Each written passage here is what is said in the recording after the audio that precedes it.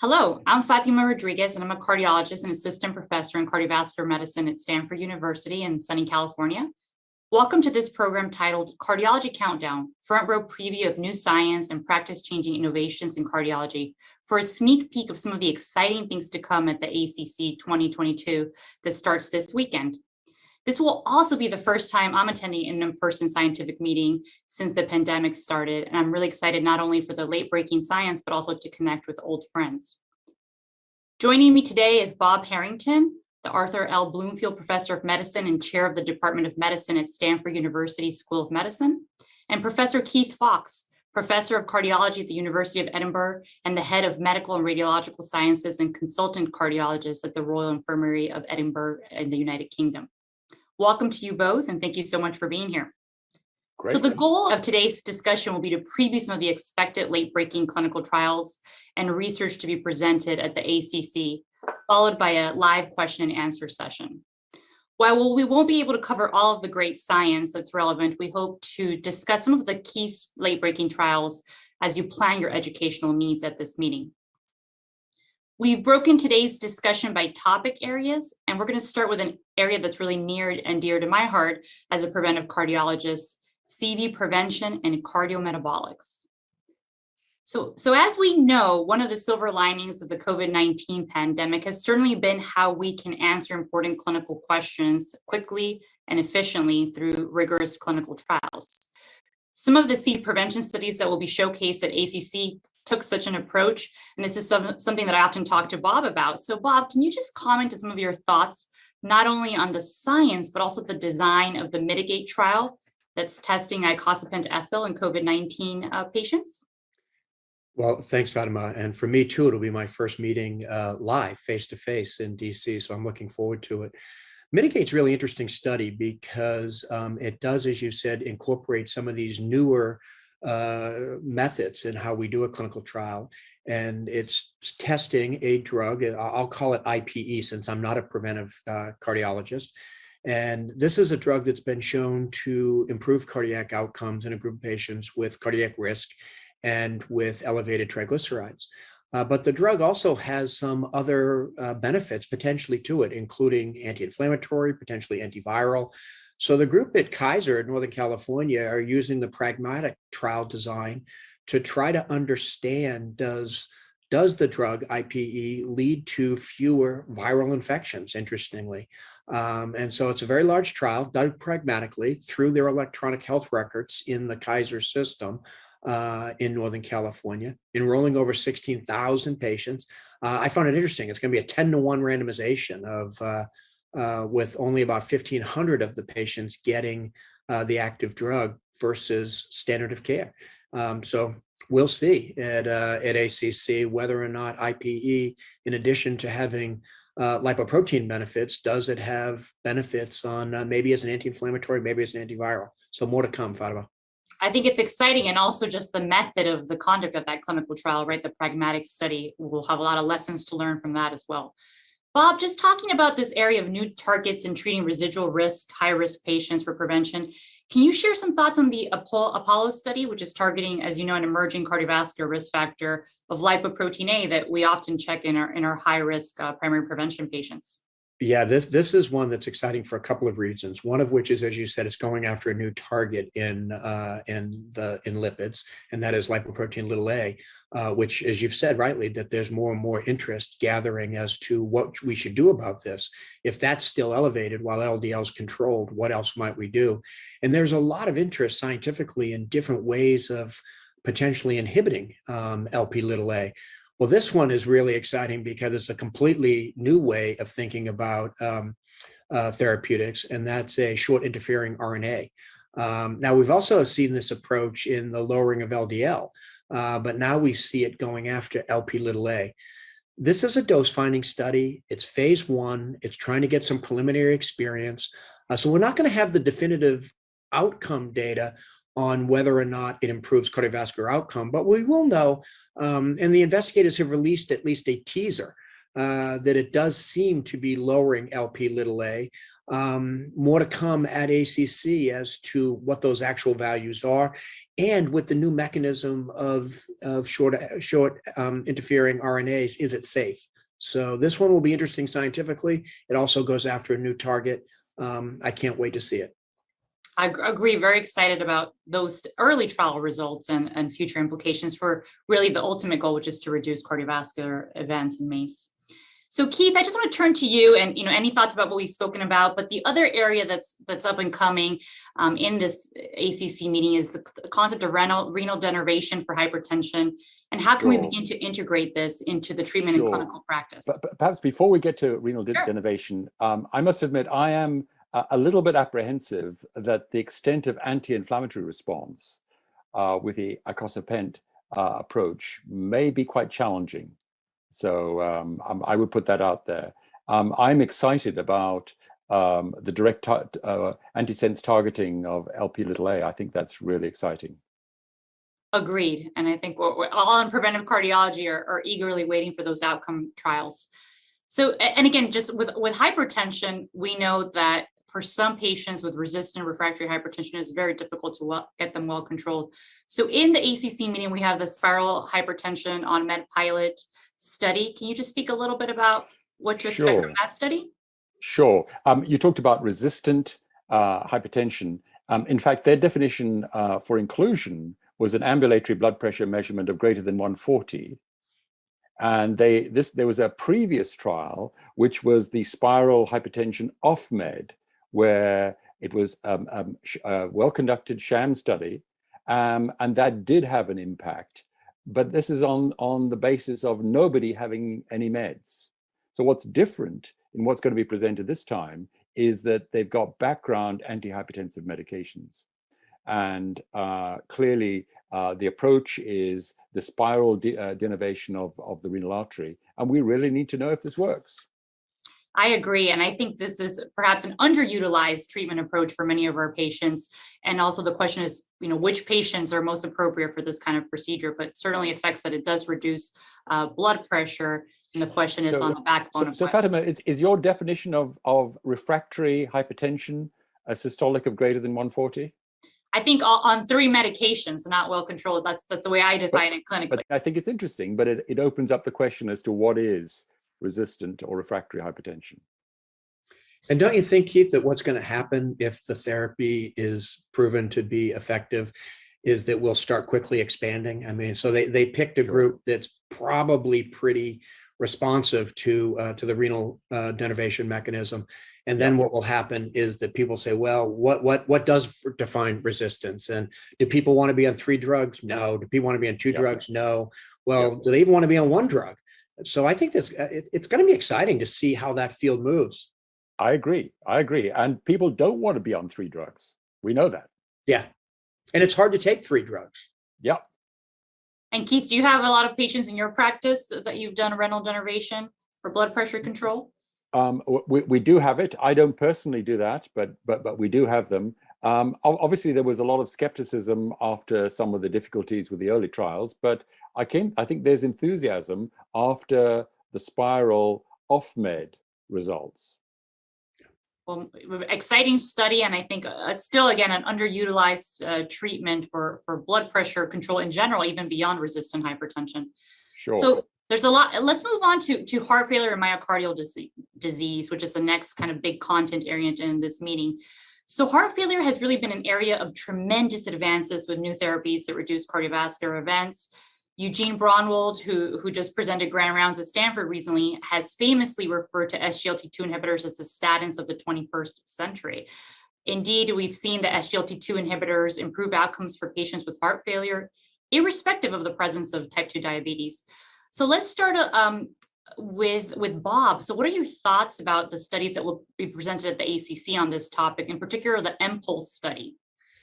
Yeah, I think you've given a good intro to it. There's just remains such intense interest in the SGLT2 inhibitors because the trial results have been so compelling and they've been consistent across multiple indications, been consistent across multiple drugs. So I think that Dr. Brunwald is onto something here, that we do have I would call it a paradigm shifting class of drugs. MPulse was really interesting in that they're now going upstream into acute decompensated heart failure, as opposed to the patients we're seeing in the clinic with more chronic stable heart failure.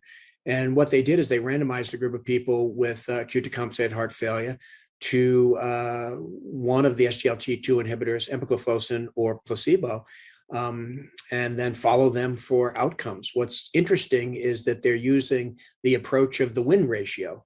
Keith and I have done trials for a long time, and it's usually a more binary, did you have the event or not?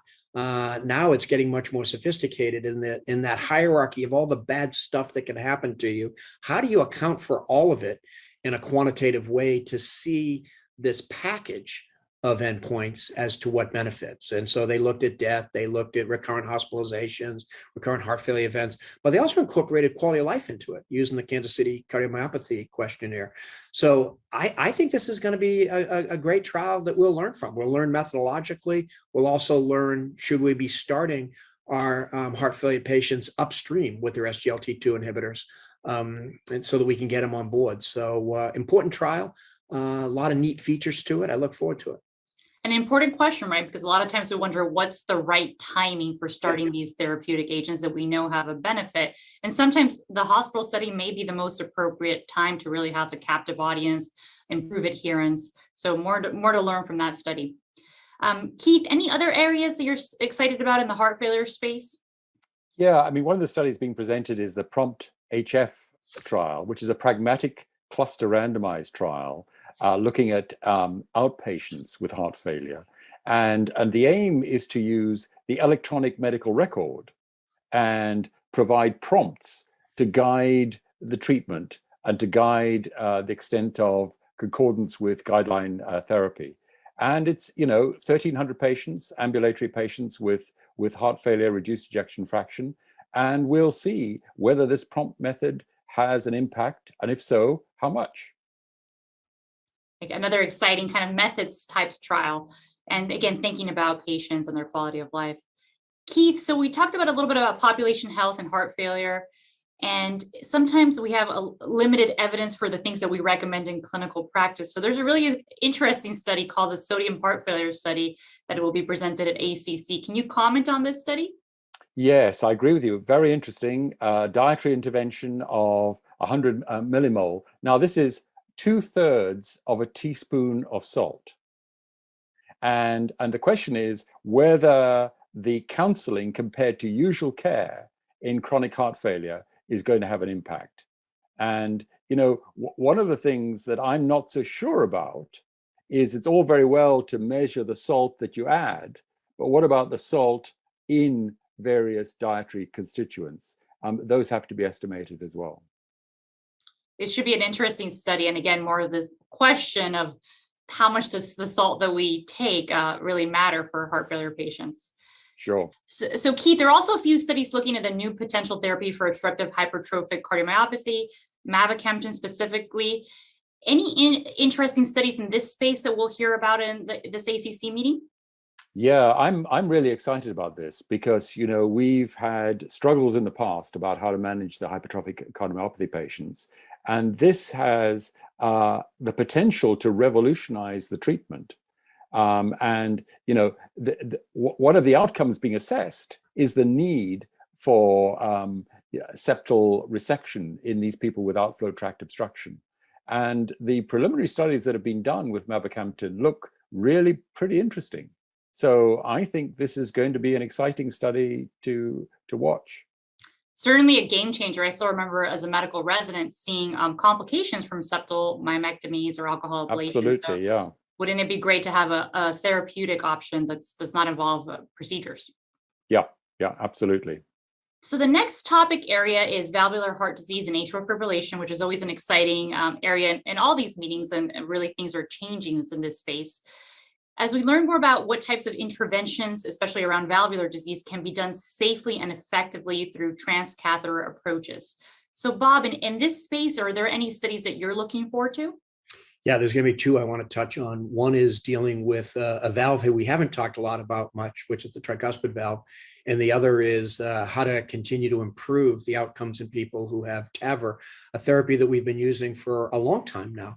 And in some ways is evolving to a mature phase of its technical iterations. So the tricuspid valve, often a forgotten valve, and a valve that we don't know what to do. We unload the ventricle, we try to reduce venous filling pressures and see if some of that tricuspid valve gets better. But sometimes people are just miserable with their tricuspid regurgitation, right heart failure, volume overload, and what we do medically doesn't work. Well, taking a tip from the mitral valve, we're now looking at, can you percutaneously tighten up the tricuspid valve and reduce tricuspid regurgitation, make people feel better, reduce right-sided heart failure, et cetera. So CLASP TR, the 30-day results were presented in JACC, I think about a year ago or so. Now we're going to see the 1-year results to see if it's durable. So this is another one that's maybe not ready for prime time yet, given the sample sizes, but at least giving us a sense of, does it hold up? 30 days, the data looked pretty good. What does it look like at a year? So I'm excited about that. The other one I'm excited about is ADAPT Tavr. And this gets at the question that was noted in some ways incidentally, that on some of these valves that are replaced percutaneously, you can see thrombus. And you'll see thrombus particularly in the imaging studies. It's not entirely clear what that translates into clinically. Nonetheless, people have been interested in saying, well, can we prevent it with antithrombotic therapy? And so people are looking at anticoagulants, looking at antiplatelets. This is one, look at the combination of those two things. This is one we're going to look at, what the investigators looked at, a factor 10 inhibitor, edoxaban, versus classic DAPT, clopidogrel plus aspirin. It has the endpoint of CT visualized thrombus, with secondary endpoints around the clinical outcomes. So yeah, those are two, a new valve and an old valve that we're looking forward to seeing some data at ACC. And as an old interventional cardiologist, I wish I was still doing these procedures today, because it's just looking so exciting, the things that you can do in the cath lab percutaneously. I completely agree, and we see our very sick patients in the hospital benefit tremendously, at least short term, from these percutaneous interventions. So I'll shift a little bit to more of an atrial fibrillation topics, and there's a few interesting studies that will be presented at ACC. And I'll ask Keith, what are your thoughts about a study that will be presented on mobile atrial fibrillation by the consumer? Yeah, this is really interesting because, should we screen? If we're going to screen, how are we going to do it? So this particular study is using an app, the MAFA app. And it's the extension cohort that's going to be presented at ACC. And it's asking the question whether this detects atrial fibrillation. The preliminary studies that they've done look very interesting. And I would want to refer also to a Swedish study that was done by Dr. Svenberg, published in the Lancet 2021. They did nearly 14,000 patients being invited to go for conventional screening, and that reduced outcomes, the combination of stroke, death, and hospitalization. So, there's really a signal that if we can pick up unsuspected atrial fibrillation, there may be benefits. I think that's such an important clinical question. And so far, there's insufficient evidence to recommend wide screening. But I think that these studies will kind of help guide us which patients and which populations would be most benefit for screening. Yep. Bob, thinking about new therapeutic targets in AF, I know you've also been involved with the Factor 11 program. What are your thoughts on the Pacific AF study that will be presented at ACC? Yeah, this is, I think, for those of us interested in antithrombotic therapy, this is something that a trial we've been awaiting. The factor 10 inhibitors clearly have shown to be preferable over the oral vitamin K antagonist. And there's hundreds of thousands of patients now studied in the various clinical trials demonstrating that. Well, what's next? Well, what's next is factor 11 inhibition. As you said, that I'm involved with one of the studies, not this one.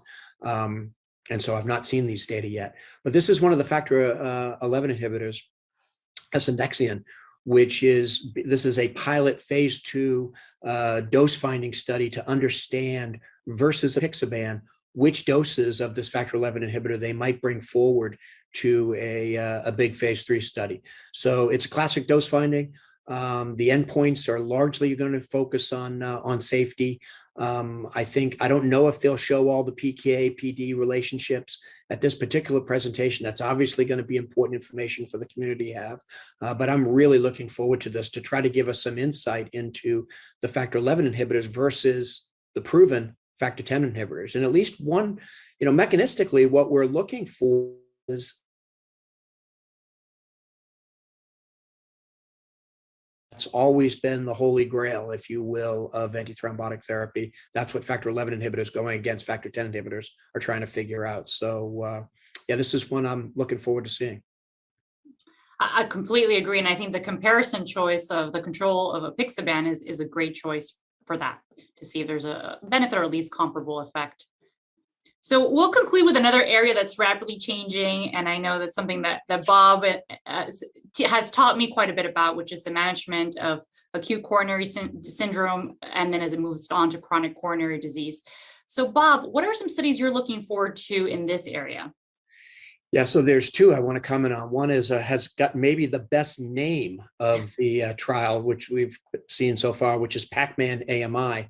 Now, the younger fellows in the audience may not know what Pac-Man is, but the old people like me and Keith will be able to inform them about what Pac-Man is in the early video games.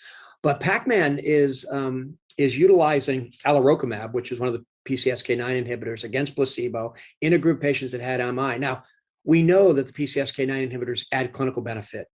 This is trying to get at the issue of, can we see if with multimodality imaging that what actually might be the benefit in terms of plaque progression. So they're going to use IVUS, they're going to use spectroscopy, they're going to use OCT, and be able to look at an imaging that's specific to each of those modalities to see what kind of effect the PCSK9 inhibitor has on the plaque from baseline to a year. So this is really providing us, Fatima, not clinical outcomes, but it's providing us biologic outcomes to really better understand what is the mechanism of benefit in with the PCSK9 inhibitors in the setting of acute coronary disease. So I'm really excited about this. And this will be I suspect, picture-heavy presentation as we look at the evolution of the plaque over a year. The second one is really a question that, when I was working regularly in the cath lab and we would see an intermediate stenosis, and you'd say, well, should we FFR it? Should we IVUS it? And the question somebody would ask you is, well, do you want to do a procedure? And if you want to do a procedure, you'd IVUS it. And if you didn't want to do a procedure, you'd FFR it. And that was a bias, right? And so, but now they're going to test it, and they're going to test it by looking at the different modalities, IVUS and FFR, and use each of those to then follow their guidelines for who you should revascularize, and then look at patient outcomes. I think it's a fabulously clever approach to a clinical trial design that, is it FFR? Is it IVUS? Follow those guidelines on, size of the lumen or what kind of flow you have, and do your procedure and then see how patients fare with their outcomes. So very clever design, and I'm looking forward to it. Great. Keith, are there any other studies in the area of CAD that you're looking forward to? Yeah, there's one I'd like to mention, which is a really important initiative from the ACC, which is the Global Heart Attack Treatment Initiative. And this is targeted at low to middle income countries around the world, because we really do need to address the issues, not just in our own countries, but around the world. And this program provides a direct way in which the treatment initiatives can be improved and assess the outcomes. So this is the 2-year outcomes, and we really look forward to seeing it. Wonderful. And of course, we know that heart disease continues to be the largest contributor to global mortality. And it's important for us to have this global health approach as we think about our systems of care. So exciting stuff. So this has been a wonderful discussion. And before we wrap up, I want to just take the last couple of minutes to preview some other exciting events to come later this year. Of course, we have other major cardiology conferences, and I hope they're in person, including ESC in August, AHA in November, that we'll also provide a preview to. So Bob, can you just give a teaser to the audience for another exciting meeting to look forward to later this year hosted by Medscape? Yeah, in addition to getting to go to Barcelona, getting to go to Chicago for ESC and AHA, I'm hoping that some people will join us in California, Fatima. We're really pleased to announce today that Fatima and I will be co-chairing Medscape's third annual Going Back to the Heart of Cardiology conference. It's going to be held from December 3rd to 5th. We know that not everybody is going to go to a live meeting, so we're going to have a hybrid meeting. And here's the important piece. Live sessions will take place in La Jolla, California. So just absolutely beautiful location to be in early December. We're going to have live events. We're going to have streamed events. We're going to cover all the hottest topics like we did the last 2 years from 2022, satellite symposia, poster presentations, receptions, as well as a virtual session with interventional cardiologists who will be comparing and contrasting styles in cath lab cases. You can register, and it's available now on medscape.org/heart of cardiology. So looking forward to that, and looking forward, Fatima, to chairing that with you. I look forward to that as well. Well, thank you so much, Bob and Keith, for the wonderful, lively discussion. There's a lot to look forward to this year, and I'm glad I'll be there in person. That is all we have time for in this quick fire preview of some of the things to look forward to. We hope this preview has inspired you to tune in, whether live or virtual, to stay abreast of the latest advances in cardiovascular care. And we look forward to answering your questions next. So while we wait for some questions from the audience to come in, why don't we just start having a conversation amongst ourselves? And maybe I'll start with Dr. Fox. We talked a little bit about some of the mavacamten studies that are going to be presented at ACC. So what do you think some of the implications of this new therapy will be in the care for hypertrophic cardiomyopathy patients? Thanks, Fatima.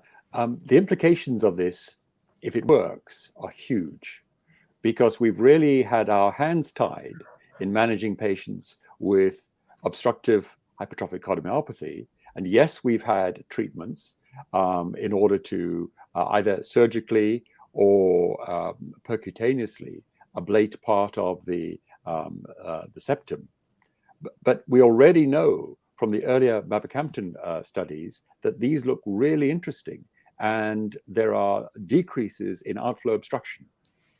Of course, what we want to know, and what the patient wants to know, is will it change outcome?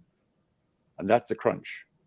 Of course, and I can imagine most patients would rather take a medication than undergo an invasive procedure.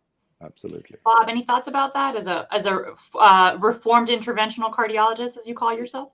Yeah, no, I think this is tremendously exciting. This whole new class of myosin actin activators or inhibitors, and how we're going to approach patients, not just with hypertrophic cardiomyopathies, but Keith, the big question becomes, if it works in hypertrophic cardiomyopathy, which in some ways is an extreme phenotype of hypertrophy with diastolic dysfunction, do we start to think about the broader implications on, might this add value to that huge group of patients that we all see with HFpEF? That to me sort of becomes the next logical question.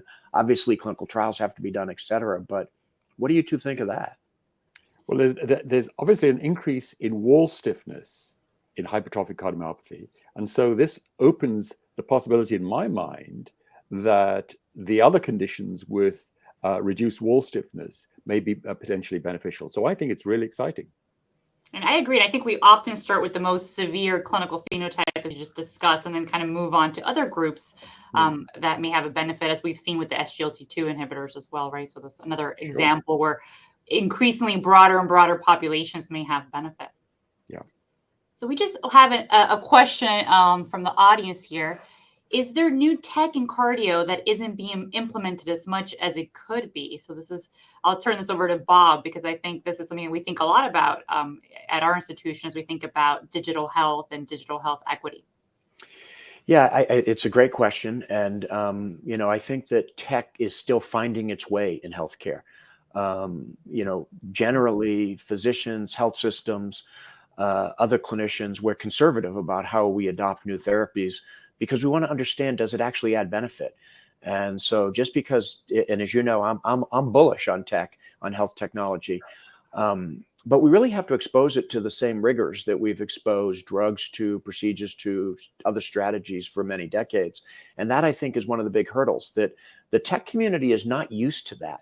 They're used to sort of introducing things into the wild and sort of letting the consumer figure it out. We're used to, no, let's show the use case and then test that, and does it add incremental value? So I think we've got to work together with our colleagues in the health tech community to do that. And then you're asking a really important question at the end, Fatima, the whole concept of tequity. What is the health equity issues here? And I do think we want to be careful. We don't want to have great health technology for those that can afford the watch, the bands, fancy phones, et cetera. But we've got to think about strategies that are more widely available. So I'm excited. I think we're still in the relatively early days, but let's not forget that we have to expose these things to testing. Absolutely. And I think especially the bar for healthcare is much higher, and as it should be, than just any tech device that is out for consumers. But Keith, in our discussion, we talked a little bit about the detection of atrial fibrillation directly by consumers. So you want to just comment on that in response to this question? Yeah, and terrific points from Bob. The issue of a wearable app, in other words, an app in your device that allows the detection of atrial fibrillation. This brings it into the era of wider consumer usage. The difficulty with some of the use of rhythm detection apps is the average age of the person wearing the device was about 39. And that wasn't the peak frequency of people with arrhythmias. But this is targeted at people in the appropriate age group. And we need to know whether the app approach, which this trial is going to follow, or what was done in Scandinavia, in Sweden, by Dr. Svenberg, and she did the approach of having a conventional screening invite. And what's amazing is they picked up the AF and it altered combined outcome.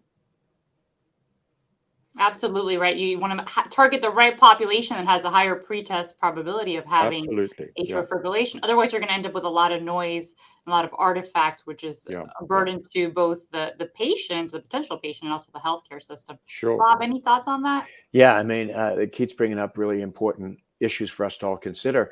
Fatima, I think you know this, that Mintu Tarakia, who runs our Center for Digital Health here, he has got a grant through the FDA to try to understand when these wearables signal that you might have AF, what actually happens, and what does that mean for the healthcare system? And then ultimately, to Keith's point, what does it mean for healthcare outcomes? The FDA is really keen on trying to understand that. There's some in our community who say, no, do not use these devices to identify AF. That's just going to overburden our offices. Well, is that true? And to Keith's point, how much of it are you actually picking up? In the Apple Heart study, while most people were on the younger side, there was like 25,000 people over the age of 65. The power of large samples. So I think there's a lot to figure out, but let's make sure we're figuring it out. And as Keith's rightly pointing out, let's do some good randomized trials. And Bob, while we're figuring out, can you help me? How long an episode of AF is important? I wish I could tell you that. It's one of the things that Mintu is so interested in, is the so-called burden of AF we all talk about. And then, is it sustained burden? Is it episodic burden? I mean, what really portends the risk of stroke is, and where do you get the atriopathy? Do you have to have a lot of AFib, a little bit of AFib, for a long period of time? These are great questions. We've got to figure them out. And there's emerging data that we have now about discontinuations from anticoagulation, including the NOACs and the old previous VKAs, and the impact of that on stroke risk, which is not trivial. And there's a group from Northwestern, Hopkins, and here at Stanford, again, Mintu being part of this, led by the Northwestern group, that has a grant application in to try to understand Well, maybe what you should do is when you're notified that you have an episode, that's when you start taking your anticoagulant, and you take it for a period of time after that versus standard of care, which would be all the time. I mean, I don't know the answer to that, but it would be a great clinical trial, and they're hoping to answer that with NIH support. Terrific. Well, since we're in the topic of anticoagulants, I think that you just brought up, Keith, let's talk a little bit about the potential role of factor XI inhibitors as an emerging antithrombotic strategy, particularly in the setting of atrial fibrillation, Bob. Yeah, and I had made my disclosure that I'm involved with these studies from a research perspective, not the one that's presented at ACC, but other ones. And to me, this is exciting. I mean, in antithrombotic therapy, it's been this 30+ year journey of trying to find antithrombotic agents that deliver ischemic efficacy while reducing the risk of bleeding. And if you go back to 30 years ago, some of the things we used caused a lot of bleeding. We're now at a point where we're trying to drive the bleeding down even further while preserving efficacy. One of the great successes of the factor X inhibitors was that they led to less intracranial hemorrhage than than standard therapy with the oral vitamin K antagonist. Can factor XI do even better? That's why we're going to do the studies. Yeah, exciting. I won't comment on that specific study because I'm involved in the steering committee, but there's a group of patients that are missing out on treatment in all of our countries. And these are often the frail patients, elderly patients that clinicians feel are at risk of bleeding events, or the people who've had a prior bleed, or individuals where there's an ongoing risk of bleeding events, like, for example, those with renal dysfunction. So we really need to know if we can do even better than good anti-10As. Yeah, Keith, that's such an important point clinically that at least as you know well, and Bottom knows well, in the coronary disease world, this phrase of HBR, high bleeding risk patient, has been coined. Yeah. And a lot of great clinical trials have really been looked at that have shown us you can probably start peeling back antiplatelet therapies over time. And leave people not with multi-drug therapy, but maybe single drug therapy, maybe double drug instead of triple drug. So I'm with you. I think that we've got to figure out how to deal with people who are at bleeding risk, whether it's with antiplatelets or anticoagulants. There's also this treatment risk paradox, right? That these patients who are highest risk of bleeding are often the highest risk of thrombotic events. So if we can find an agent that then takes care of both sides, that'll obviously be the gold standard. So let's see what But one of the things that we haven't done well is measure net clinical benefit, because as clinicians, we're obviously risk averse. We don't want to cause a bleeding event, but in many of these patients, there's well documented evidence now that the balance is in favor of benefit. And so long as the patient is fully informed, he or she has, I think, the right to be involved in that decision. And we often overestimate bleeding risk. And I think clinicians do that. Sometimes patients do that. But I think that's something that we see in clinical practice and has panned out in some studies as well. Sure. Well, and you want to do the trade-offs too, right? It might be, years ago, we did a study with one of the oral 2B3 inhibitors, a class of drugs that never ultimately made it. And if you had had a prior stroke, you were really, really afraid of having a second stroke, and you were willing to tolerate a lot of bleeding. In sort of questioning that we went through with the patients. If you had had a heart attack, you were a little less willing to suffer, to take a bleeding risk to prevent a second heart attack. And so I think it's critical that we get patients engaged and ask them, what's your trade-off? What are you willing to accept for a potential benefit? And I think it depends upon not just that patient, but what they had happened to them. So let's shift gears a little bit and talk about Lp(a). We know this is a potential emerging target and it's evolving. And it's just something that I check frequently in my clinical practice as a preventive cardiologist to try to decide if individuals in the primary prevention setting are increased risk of events and target therapies. So Bob, what do you think we can expect from this therapeutic target? Though the simplest answer is I don't know. I mean, it's we've seen a lot of work with HDL that nothing that raises HDL thus far is associated with clinical benefit, and some have actually even been associated with harm. So the question with this is it good to lower Lp(a) with targeted therapies? And there's an exciting trial being presented. I just want to caution people to not read too much into it. It's an siRNA new mechanism of therapy. It's a dose finding study. It's early phase investigation. Is it safe to give these kind of drugs long term over time? All that has to be sorted out. So I'm excited, with the appropriate cautions around. We got to do the work. And I often tell my patients that have high Lp(a) is that let's just focus on treating every other risk factor that we know there's a benefit to reducing and controlling. So that's what we're doing for now, but more to come. Keith, did you have something to add on that? Yeah, just to add, I think that the science behind blocking the message, which is essentially what this is doing, is really exciting. And we already have proof of concepts, including the work that's been done on PCSK9 alternatives. Yeah, in the UK in particular, you guys have done a huge trial with inclisiran. That's right. To look at the lowering of LDL, and we look to see what the clinical outcomes are going to be from that study. We know that that mode of therapy will reduce LDL, and we know that it can be done safely. Yeah. The question is, does it improve clinical outcomes? So maybe you have a double shot, one for COVID and one for this every 6 months. Well, I do think it changes the paradigm for drug delivery, doesn't it? I mean, Yeah. if you could just get an injection for your LDL every, well, certainly helps with the adherence issues that we struggle so much in clinical practice. So, yes. so I think I'm all for it. So we have a lot of good questions here in the chat from our viewers. We have one, and I'll turn to Keith. What can we expect in the next 10 years with heart surgeries? Thank you in advance. With heart surgeries, I think we can expect that more and more procedures are going to be done percutaneously or minimally invasively and robotically. And I think that is the direction of travel. We need the evidence for each stage. But what the examples that we've seen elsewhere is we know that lots of heart surgery is highly effective. I mean, the aortic valve replacement is a terrific operation until Tavr came along, and so they've got to find a place, and they've got to have the science to determine which is the best option for the patients.